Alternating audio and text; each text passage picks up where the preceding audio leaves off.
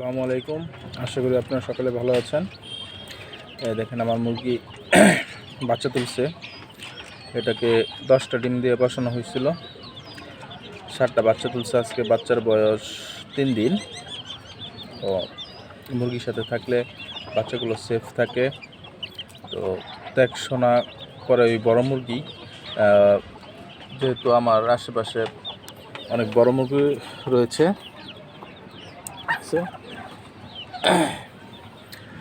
তারা অ্যাটাক করে না মা মুরগির সাথে থাকলে। আর এছাড়াও আমার ইনকিউবেটরে যে বাচ্চাগুলো ফুটানো হয়েছে এগুলোও কিছুদিনের মধ্যেই ছেড়ে দেব এদের মাঝখানে। তো ছেড়ে দেওয়ার পরে যদি বড় মুরগি অ্যাটাক করে, এই ভয়ে আগে থেকে মুরগি এগুলা ছেড়ে প্রশিক্ষণ দিতেছি যেন মুরগিকে না ঠুকরায়। আবার একদিক দিয়ে আমার মুরগিগুলার অভ্যাস ভালো, ছোট বাচ্চাদেরকে ঠুকরায় না। এই যে দেখেন, ছোট একটা বাচ্চা উন্মুক্ত অবস্থায় ঘুরে বেড়াচ্ছে, তারপরে আবার এই যে একটা বাচ্চা ঘুরে বেড়াচ্ছে। আশা করা যায় ওই বাচ্চাগুলোকেও যদি উন্মুক্ত করে দিই তাহলে তাদেরকে ঠুকরাবে না ইনশাল্লাহ।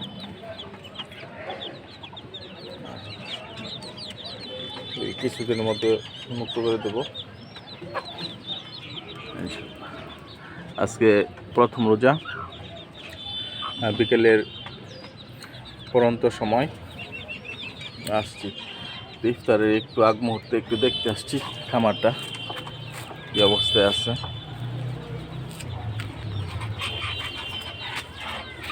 দেখেন না, লাউ হয়েছে কত সুন্দর, এভাবে অজস্র যে লাউয়ের করা থাকছে।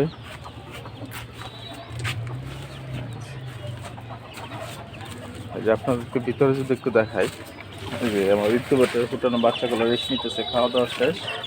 তো ইনশাল্লাহ কিছুদিন মধ্যে ছেড়ে দেব, তার মুক্ত অবস্থায় ঘুরে বেড়াবে। আর এগুলা বাচ্চার বয়স আজকে 17 দিন।